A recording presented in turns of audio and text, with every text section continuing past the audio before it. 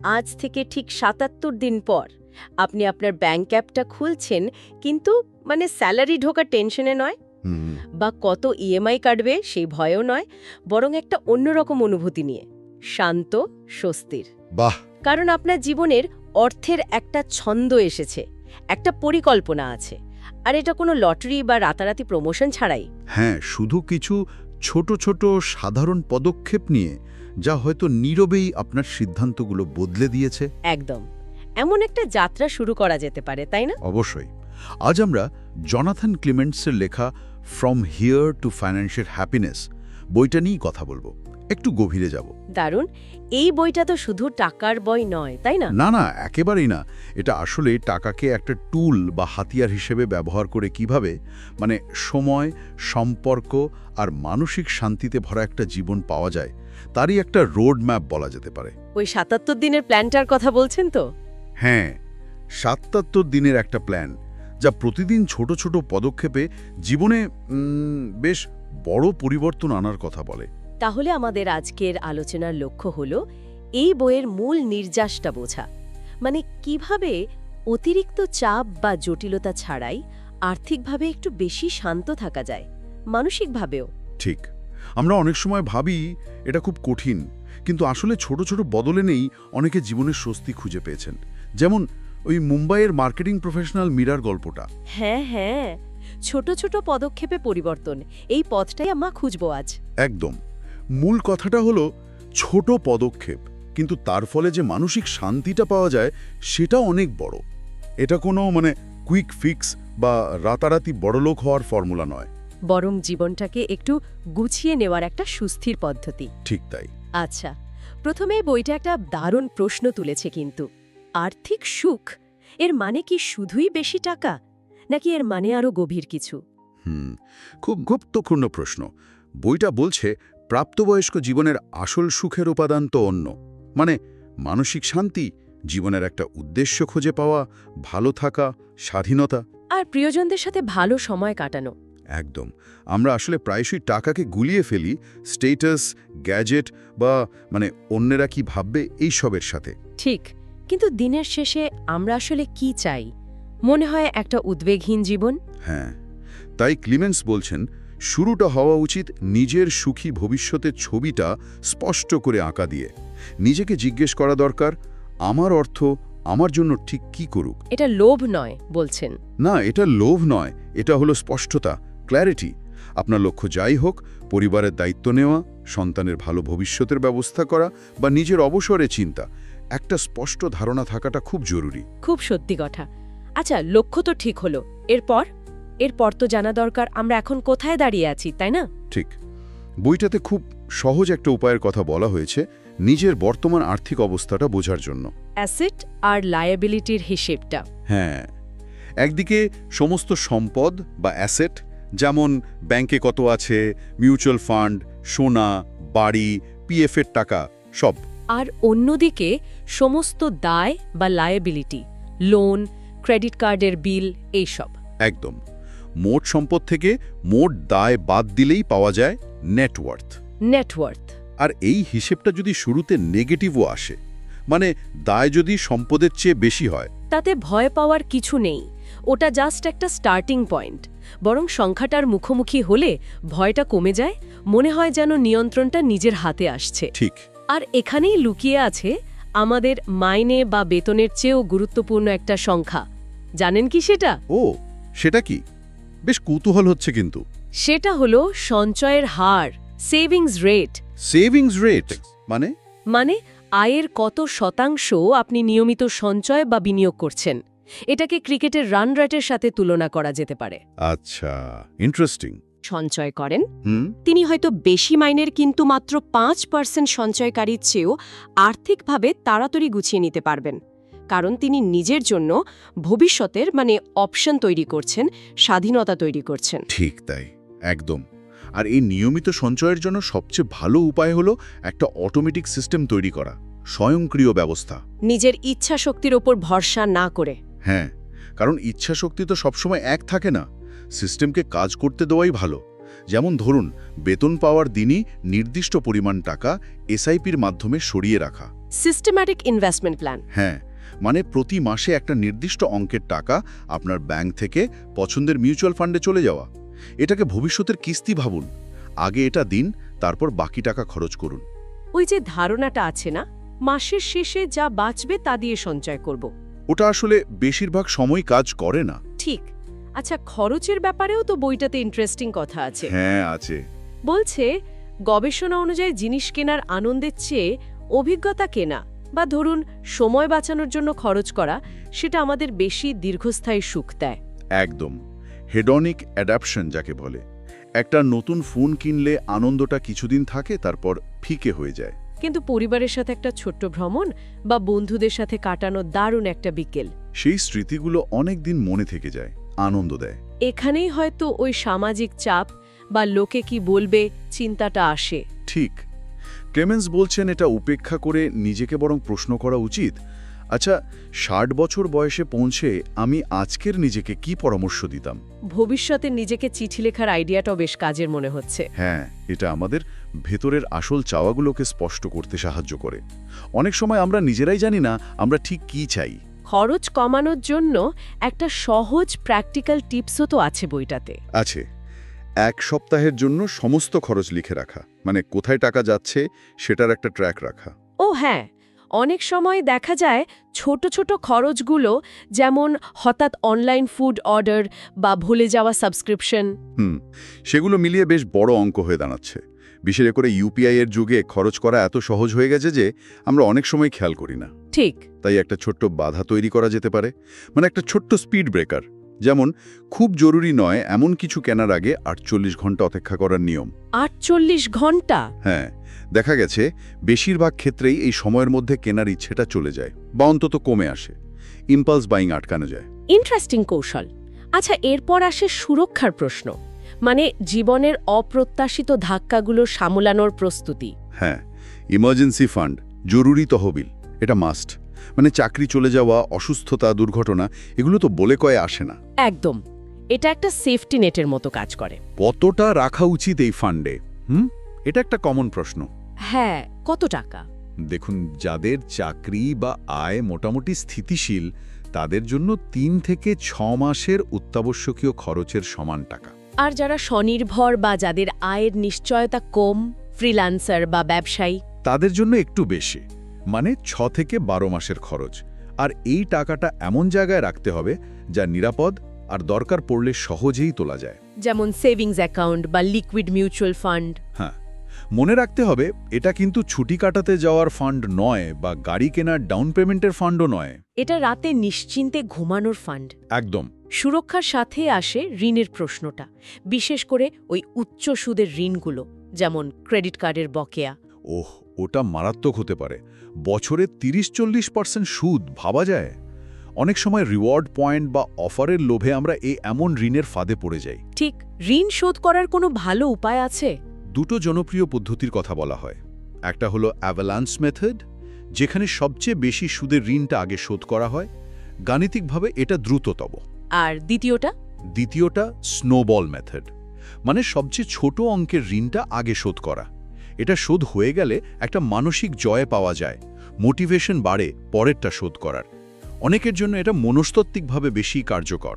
আচ্ছা, তাহলে নিজের জন্য কোনটা কাজ করবে সেটা বেছে নিতে হবে। হ্যাঁ, তবে ভারতে আরেকটা জিনিস দেখা যায়, অনেক সময় সামাজিক দেখাদেখি বা স্ট্যাটাসের জন্য অপ্রয়োজনীয় ইএমআই নেওয়া হয়, মানে বাইক, ফোন, হয়তো সামর্থ্যের চেয়ে বড় বাড়ি। এই ব্যাপারে সতর্ক থাকা দরকার। ঠিক। সুরক্ষার আরেকটা দিক তো হলো বীমা বা ইন্স্যুরেন্স। হ্যাঁ, আর এটা কিন্তু বিনিয়োগ নয়, একদমই না। এটা হলো রিস্ক কভার, সুরক্ষা। যদি আপনার ওপর কেউ আর্থিকভাবে নির্ভরশীল থাকে, মানে পরিবারের রোজগারের সদস্য আপনি, তাহলে একটা টার্ম লাইফ ইন্স্যুরেন্স থাকাটা খুবই জরুরি।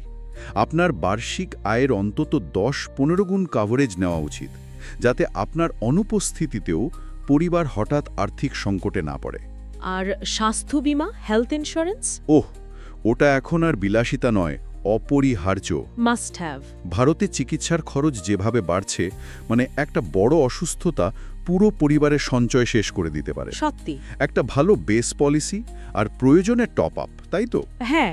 আর পলিসি নেওয়ার আগে কিছু জিনিস একটু খুঁটিয়ে দেখে নেওয়া ভালো, যেমন রুম ভাড়ার উপর কোনো লিমিট আছে কিনা, কোন রোগের জন্য কতদিন ওয়েটিং পিরিয়ড, আর কোন কোন জিনিস কভারের বাইরে বা এক্সক্লুশনস কি আছে। অ্যাক্সিডেন্ট আর ডিসেবিলিটি কভারও নিশ্চয়ই জরুরি। অবশ্যই। আর একটা খুব সাধারণ কিন্তু গুরুত্বপূর্ণ জিনিস আমরা ভুলে যাই, নমিনি আপডেট করা। সব পলিসি, ব্যাংক অ্যাকাউন্ট, মিউচুয়াল ফান্ডে নমিনির নাম ঠিকঠাক দেওয়া আছে কিনা আর আপডেট করা আছে কিনা সেটা অবশ্যই দেখে নেওয়া উচিত। ঠিক। আচ্ছা, এবার একটু বিনিয়োগ বা ইনভেস্টমেন্টের কথায় আসি। এটা নিয়ে অনেকের মনে অনেক প্রশ্ন থাকে, দ্বিধাও থাকে। থাকে। তবে বইটার মূল দর্শন এখানেও একই, সরলতাই সবচেয়ে ভালো। সিম্পলিসিটি ইজ কি। খুব জটিল কিছু করার দরকার নেই। তাহলে শুরুটা কিভাবে করা যেতে পারে যারা নতুন শুরু করছেন? শুরু করার জন্য কম খরচের ইন্ডেক্স মিউচুয়াল ফান্ড একটা খুব ভালো বিকল্প হতে পারে। ইন্ডেক্স ফান্ড মানে যেগুলো সেন্সেক্স বা নিফটি 50-কে ফলো করে? হ্যাঁ, এগুলো বাজারের প্রধান সূচককে অনুসরণ করে, তাই ফান্ড ম্যানেজারের খুব বেশি অ্যাক্টিভ সিদ্ধান্তের ঝুঁকি কম আর খরচও সাধারণত কম হয়। বাজারের সেরা ফান্ড বা হট স্টক খোঁজার পেছনে না ছুটে দীর্ঘমেয়াদের জন্য বিনিয়োগ করে যাওয়াটাই মূল কথা। কিন্তু শুধু শেয়ার বাজারে বিনিয়োগ করলে তো ঝুঁকিটা একটু বেশি হয়ে যায় না? মানে সব ডিম এক ঝুড়িতে রাখা। ঠিক বলেছেন। এখানেই আসে অ্যাসেট অ্যালোকেশনের ধারণা। মানে আপনার সব টাকা এক জায়গায় না রেখে আপনার ঝুঁকি নেওয়ার ক্ষমতা আর লক্ষ্যের সময়সীমা অনুযায়ী বিভিন্ন ধরনের সম্পদে ভাগ করে রাখা। যেমন কিছুটা শেয়ার বাজারের ইকুইটি ফান্ডে, যা দীর্ঘমেয়াদে বেশি রিটার্ন দিতে পারে কিন্তু স্বাভাবিকভাবেই ঝুঁকিও বেশি, আর কিছুটা তুলনামূলকভাবে সুরক্ষিত ডেট ইনভেস্টমেন্টে, যেমন ধরুন public provident fund, employees provident fund বা ভালো মানের ডেট মিউচুয়াল ফান্ড, এমনকি ফিক্সড ডিপোজিট। বয়স অনুযায়ী এই ভাগটা বদলাবে? হ্যাঁ, সাধারণত তাই হয়। বয়স কম থাকলে, যখন হাতে অনেকটা সময় আছে, তখন ইকুইটিতে বেশি রাখা যেতে পারে, কারণ বাজারের ওঠানামা সহ্য করার সময় থাকে। বয়স বাড়ার সাথে সাথে, বিশেষ করে অবসরের কাছাকাছি সময়ে, ডেটের পরিমাণ বাড়ানো যেতে পারে। মানে মূলধন সুরক্ষিত রাখার দিকে বেশি নজর দেওয়া। এটাকে বলে গ্লাইড পাথ। আর সোনা মানে গোল্ড, ভারতীয়রা তো সোনা খুব ভালোবাসে। হ্যাঁ, ভালোবাসে। সোনা অল্প পরিমাণে পোর্টফোলিওতে বৈচিত্র্য আনতে বা খুব খারাপ সময়ে একটা হেজ বা সুরক্ষা দিতে পারে, কিন্তু এটাকে মূল বিনিয়োগ ভাবাটা হয়তো ঠিক নয়। গয়না কিনলে সেটা মূলত ব্যবহার বা আবেগের জন্য। বিনিয়োগ হিসেবে দেখতে চাইলে এখন সভেরেন গোল্ড বন্ড বা এসজিবি অনেক ভালো বিকল্প, যেখানে আপনি স্টোরেজের চিন্তা বা মেকিং চার্জ ছাড়াই সোনার দামে বিনিয়োগ করতে পারছেন, আবার একটা সুদও পাচ্ছেন। আর আপনি খরচার কথা বলছিলেন, বিনিয়োগের ক্ষেত্রে ফি বা চার্জ কতটা গুরুত্বপূর্ণ? খুব গুরুত্বপূর্ণ। মারাত্মক প্রভাব ফেলতে পারে দীর্ঘমেয়াদে। ধরুন দুটো ফান্ড একই রকম রিটার্ন দিচ্ছে, কিন্তু একটার বার্ষিক খরচ বা এক্সপেন্স রেশিও 1% কম। শুনতে কম লাগছে, তাই না? হ্যাঁ, 1%। কিন্তু 30 বছর ধরে যদি বিনিয়োগ করেন, এই 1% পার্থক্য আপনার চূড়ান্ত সঞ্চয়ে লক্ষ লক্ষ টাকার, এমনকি কোটি টাকারও তফাৎ করে দিতে পারে। চক্রবৃদ্ধি সুদের উল্টো প্রভাব আর কি। সর্বনাশ!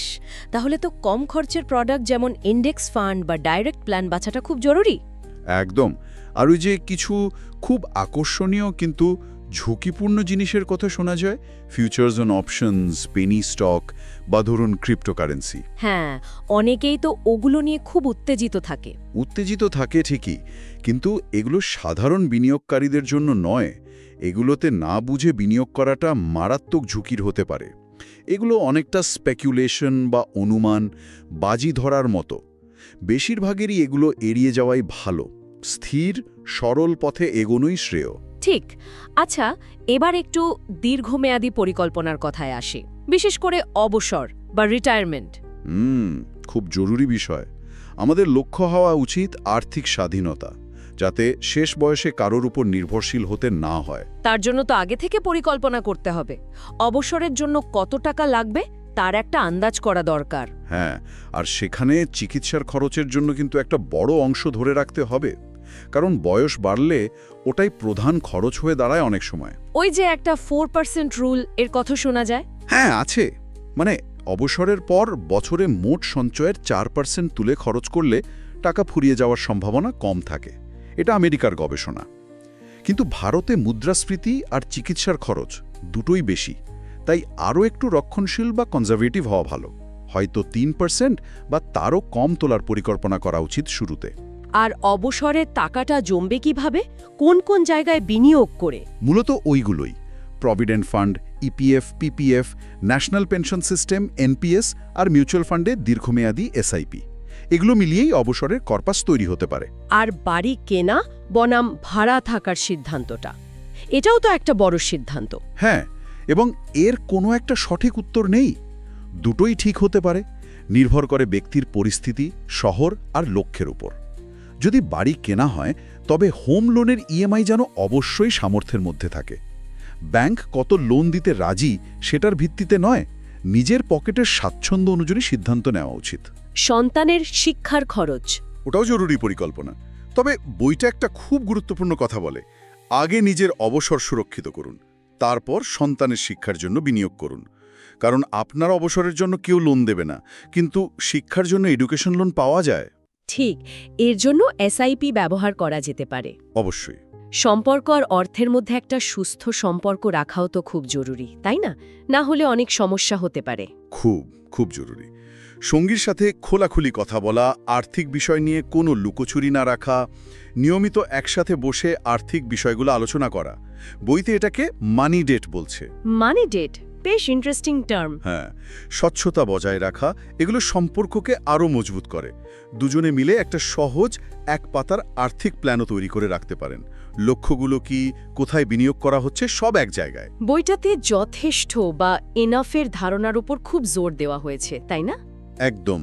যখন আমরা বুঝতে পারি আমাদের সুখী হওয়ার জন্য ঠিক কতটা প্রয়োজন, তখন ওই অহেতুক অন্যদের সাথে তুলনা করা বা স্ট্যাটাসের চিন্তা এগুলো অনেক কমে যায়। এটা একটা বিরাট মানসিক শান্তি দেয়। ঠিক। আচ্ছা, আর কিছু ছোট ছোট টিপস বা ভালো অভ্যাসের কথা বলা আছে? হ্যাঁ, অনেকগুলোই। যেমন নিজের দক্ষতা বাড়ানো, হিউম্যান ক্যাপিটাল। মনে রাখবেন, আপনার উপার্জনের ক্ষমতাই আপনার সবচেয়ে বড় সম্পদ, তাই শেখা বা স্কিল ডেভেলপমেন্টে বিনিয়োগ করাটা খুব জরুরি। ঠিক। আর কিছু কমন মানসিক প্রবণতা বা বিহেভিয়ারাল বায়াসেস আছে যা আমাদের ভুল সিদ্ধান্ত নিতে বাধ্য করে। যেমন লসের ভয়, মানে লাভের চেয়ে লসের ভয় আমাদের বেশি প্রভাবিত করে। বা হার্ডিং, সবাই যা করছে আমিও তাই করি। হ্যাঁ, শেয়ার মাজার পড়লে সবাই বিক্রি করতে শুরু করে, আবার উঠলে কিনতে ছোটে। ঠিক। এই প্রবণতাগুলো সম্পর্কে সচেতন থাকা আর কিছু নিয়ম তৈরি করে সেগুলোকে সামলানো দরকার। যেমন বাজার পড়লে ভয় না পেয়ে এসআইপি চালিয়ে যাওয়া। আর পুরো প্রক্রিয়াটাকে সহজ রাখার জন্য অটোমেশন তো আগেই বলেছি। বছরে অন্তত একবার নিজের প্ল্যানটা রিভিউ করা, সব জরুরি কাগজপত্র গুছিয়ে রাখা, হয়তো একটা ফাইলে বা ডিজিটালি। আর অবশ্যই সাইবার নিরাপত্তা, ওটিপি শেয়ার না করা, সন্দেহজনক লিঙ্কে ক্লিক না করা। এই ৭৭ দিনের প্ল্যানের আসল স্পিরিট তাহলে কি? ধারাবাহিকতা, কনসিস্টেন্সি, নিখুঁত হওয়া নয়। হয়তো কোনো সপ্তাহে আপনি প্ল্যান অনুযায়ী চলতে পারলেন না, ঠিক আছে, পরের সপ্তাহ থেকে আবার শুরু করুন। ভুল হবে, কিন্তু থামলে চলবে না, এটাই মূল কথা। শেষে রবির গল্পটা বলি, যেটা বইটাতে আছে, বেশ ভালো লেগেছিল আমার। হ্যাঁ, বলুন না। রবি লখনৌ থেকে গুরুগ্রাম এসে প্রথম দিকে বেশ সমস্যায় ছিল। আয় বাড়ছিল, কিন্তু ইএমআই আর ক্রেডিট কার্ডের বিল মেটাতে গিয়ে মাস শেষে কিছুই জমছিল না। একটা টেনশন সবসময় কাজ করত। অনেকেরই এই অবস্থা হয়। একদিন সে ঠিক করল, না, এভাবে হবে না। তাড়াহুড়ো নয়, খুব ধীরে ধীরে এগোবে। খুব ছোট করে শুরু করল, মাসে মাত্র ২০০০ টাকার একটা এসআইপি দিয়ে। মাত্র ২০০০ টাকা? হ্যাঁ, কিন্তু সে চালিয়ে গেল। ধীরে ধীরে এমার্জেন্সি ফান্ড তৈরি করল, অপ্রয়োজনীয় খরচ কমালো, সঞ্চয়ের হার বাড়ালো। কয়েক বছর পর দেখা গেল তার একটা বেশ ভালো এমার্জেন্সি ফান্ড আছে, সঞ্চয়ের হার প্রায় ৩০% ছুঁয়েছে, প্রয়োজনীয় ইন্স্যুরেন্স করা, আর পোর্টফোলিওটাও খুব সাধারণ, দুটো ইন্ডেক্স ফান্ড আর কিছু ডেট ইনভেস্টমেন্ট। বাহ! আসল মজাটা হলো যখন তার অফিসে হঠাৎ ছাঁটাই হলো, তার সহকর্মীরা যখন দিশেহারা, রবি কিন্তু অতটা ভয় পায়নি। তার হাতে সময় ছিল, কারণ তার সেফটি নেট ছিল। একদম। জমানো টাকায় সে একটা নতুন স্কিলের কোর্স করল, তারপর কয়েক মাস পর আরও ভালো বেতনে নতুন চাকরি পেল। রবি বলতো, ধনী হওয়ার জন্য কোটিপতি হওয়া দরকার নেই, শুধু একটা শান্ত পরিকল্পনা দরকার যা রাতে ঘুমোতে দেয়। এটাই ক্লেমেন্সের বইয়ের মূল সুর। অসাধারণ কিছু নয়, সাধারণ কিছু নিয়ম যা প্রতিদিন একটু একটু করে মেনে চলা যায়। সেটাই আসল দরকার, একটা সহজ কার্যকারী সিস্টেম যা আমাদের মানসিক শান্তি দেয়, ফাইন্যান্সিয়াল হ্যাপিনেস। আজকের আলোচনা আমরা প্রায় শেষের দিকে নিয়ে এসেছি, তবে শেষ করার আগে একটা ভাবনা আমি উস্কে দিতে চাই। বলুন।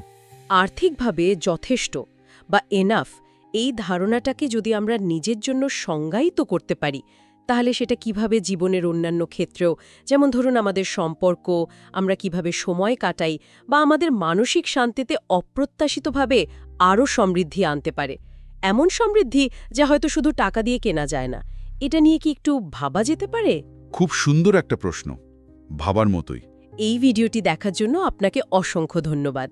এরকম আরও ভিডিও পেতে আমাদের চ্যানেলটি সাবস্ক্রাইব করতে ভুলবেন না।